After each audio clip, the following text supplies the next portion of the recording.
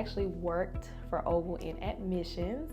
So I started working here in admissions, actually worked with another employee here, and came here, saw she was here, she thought I'd be a great fit, and I've been in admissions for about 14 years in the beauty school sector, and always wanted to go to beauty school. It's just never worked out. You know, I was in the military before that, so the military came knocking and said, hey, we'll pay for you to go to school, and then things kind of just worked out, and I had a really good support system here at Ogle. They encouraged me to follow my dream, and I took that leap. I was raised in a beauty school. My grandmother owned a beauty school called Crawford's Beauty Academy in be.My, Texas.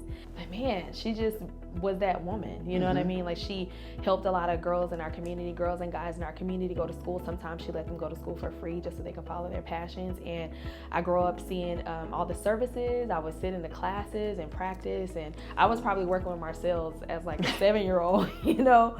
And my mother also as a hairstylist as well. So my mother and grandmother were cosmetologists and instructors. And so being there with them, I had to be there every Saturday, and watching them do that and work with different types of people, you know, and seeing hair shows and being in hair shows as a child, it always was something that I love to do. So I've been doing hair my whole life. It's just I'm now decided to actually pursue it as a career. And of course, it's always nerve-wracking when you have your first client, because you're like, they don't know me. I want to make sure my conversation level is good. But it also was a good factor for me because I know what I'm doing. I'm just now learning how to polish everything and make it all make sense. I was emotional every day because I kept thinking about my grandma, like, she'd be so happy.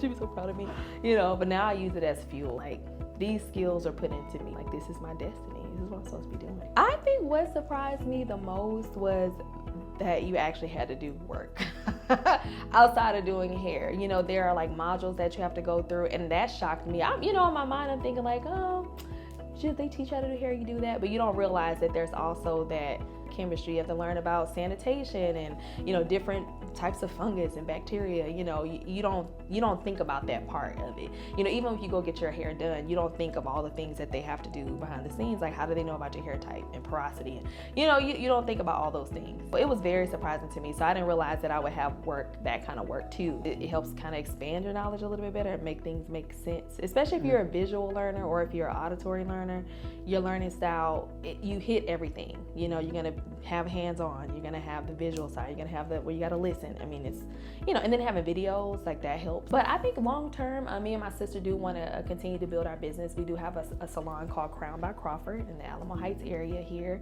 And I would really love to have a training salon where students that are fresh out of school come and they can build upon their knowledge, you know, for 6 months to a year. I would love to open up a chain of but twist out bars for natural hair clientele that want to come and just get a twist out or a deep conditioner steam treatment. And I also want to be a platform artist. I want to be able to travel, especially having a military background. I have been able to travel the world, so I would love to go back out there and spend more time in some of these countries, especially Europe. Marketing yourself is number one, because no one can come see you or book you if they do not know you exist. So social media has allowed us to reach people that we never would have been able to reach. If it's you posting something and a friend sharing that, now their friends see it, now their friends see it, you just never know who's going to see it and who needs a service. Please ask questions. Do not be that person that, oh, I'll get it, I'll figure it out. You don't want to figure it out wrong. I want to have my own schedule. I love talking to people, making them feel good about themselves. I love to inspire people. And so losing my grandmother last year was that final push, because I'm the oldest grandchild. We were super close. I'm like her shadow. I was her shadow. And she always would say to me, I just can't believe you never went to beauty school. Like, she was like, I always thought you were gonna be the one. My mother said the same thing. And I'll be like, well, grandma, I can't. And then, you know, sometimes schools wouldn't let, you know, you couldn't go to school and work there at the same time. So I never pressed the issue. I knew it would happen one day. And so I turned 40 this year. And I look back at my life and I said, girl, it's been in front of you this whole time. Like, what you want to do, you've been doing this your whole life. So I started braiding. I started doing crochet braids because I didn't need a license. And being in the salon with my sister too, I was like, this is it. You got to do it.